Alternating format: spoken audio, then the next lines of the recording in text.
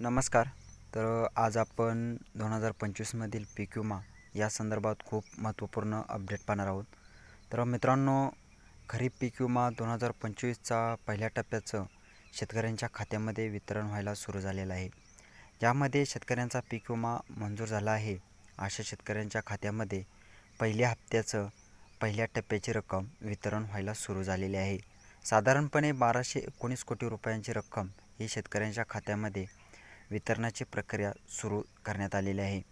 आपण पाहिलं तर सर्व जिल्ह्यामध्ये 1 कोटी, 2 कोटी, 3 कोटी, 10 कोटी अशा अतिशय अल्पशा रक्कम मंजूर करण्यात आलेली आहे.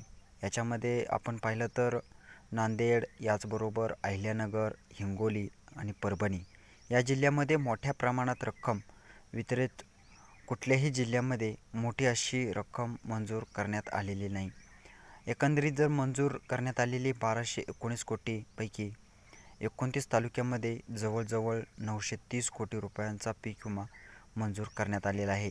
म्हणजे एकंदरीत जर मंजूर करण्यात आलेला हा पीक विमा 80% पीक विमा हा फक्त 30 तालुक्यांना मिळणार आहे.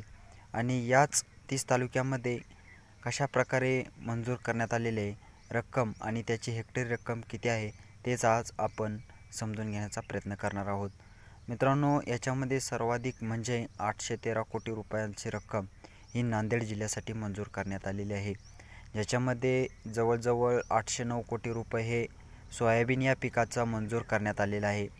ज्याच्यामध्ये अर्धापूर तालुक्यातील 33 कोटी 38 लाख एवढी रक्कम म्हणजेच 25,212 रुपये प्रति हेक्टरी ही या दराने मंजूर करण्यात आलेली आहे. मित्रांनो, हा पीक विमा खात्यावर जमा होण्यास सुरुवात झालेली आहे. आपल्याही खात्यावर हा पीक विमा जर जमा झाले असेल तर कमेंट करून नक्की कळवा.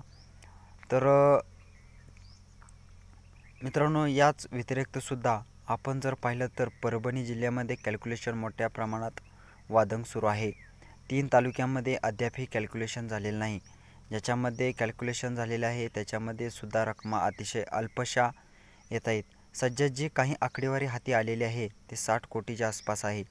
कारण काही ठिकाणी 45 कोटी सांगितली जाते, परंतु याच्यामध्ये उपलब्ध आकडेवारी जर आपण पाहिलं तर जिंतूर तालुक्याची सोयाबीनची जी आकडेवारी आहे 4,54,04,861 रुपये, तर शेलूर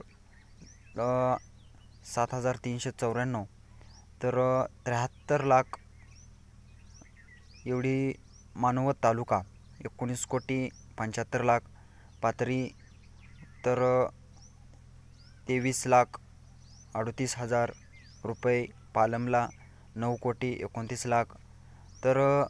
शेतकऱ्यांसाठी ही रक्कम खात्यावर वितरण होणार आहे. ज्याच्यामध्ये नेवासा किंवा इतर बऱ्याच साऱ्या तालुक्यामध्ये पीक विम्याचं कॅल्क्युलेशन झालेलं आहे, परंतु अद्यापही चेंज होत आहे.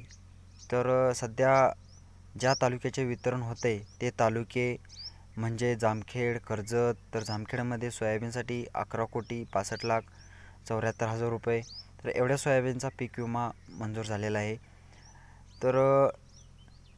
उडदाचा पीक विमाही मंजूर झालेला आहे. कर्जत तालुक्यामध्ये मुगाचा 89 लाख 3,098 रुपये एवढा असा हा पीक विमा मंजूर झालेला आहे. आणखी काही वादक सुरू येत आहेत. अशा सर्व रकमा फायनली झाल्यानंतर साधारणपणे अहिल्यानगरचा पीक विमासुद्धा मोठ्या प्रमाणात वितरण होऊ शकतो. त्याच्याबद्दल काही अपडेट आल्यानंतर ते अपडेटसुद्धा आपण नक्की आपल्यापर्यंत पोचवू. मित्रांनो, याच्या व्यतिरिक्त सुद्धा बऱ्याच साऱ्या जिल्ह्यामध्ये पीक विमा मंजूर झालेला आहे, परंतु ज्याच्या रकमा आहेत त्या रकमा थोड्याशा कमी आहेत. त्याचबरोबर अशा महत्त्वाच्या असं सोलापूर, बुलढाणा किंवा धाराशिव, बीड या जिल्ह्यांचा अद्यापही बाकी आहे. नागपूर, वर्धा हे देखील बाकी आहे. सध्या आपण पाहिलं तर पालघर 15 कोटी 34 लाख रुपये आणि ठाणे 17 कोटी 93 लाख रुपये आणि गोंदिया 31 कोटी जे काही धानाचे पीक विमा मंजूर झालेले आहेत. हे 3 जिल्हे, या तिन्ही जिल्ह्यामध्ये धानाचा पीक विमा मंजूर झालेला आहे. बाकी नाशिक सध्यापर्यंत बाजरी असेल किंवा मका किंवा इतर पिकासाठी हा सोलापूरचा पीक विमा किंवा बाजरी, कांदा. आता कांद्याचा आपण पाहिलेला मंगळवेढ्यामध्ये कांदा मोठ्या प्रमाणात मंजूर झालेला आहे. तर मित्रांनो, तर असेच अजून आपण नवीन अपडेट पाहण्यासाठी आपल्या चॅनलला नक्की सबस्क्राईबर करा आणि याच्याच संदर्भात अजून काही नवीन अपडेट आले तर आपल्यापर्यंत नक्की पोचवू. तर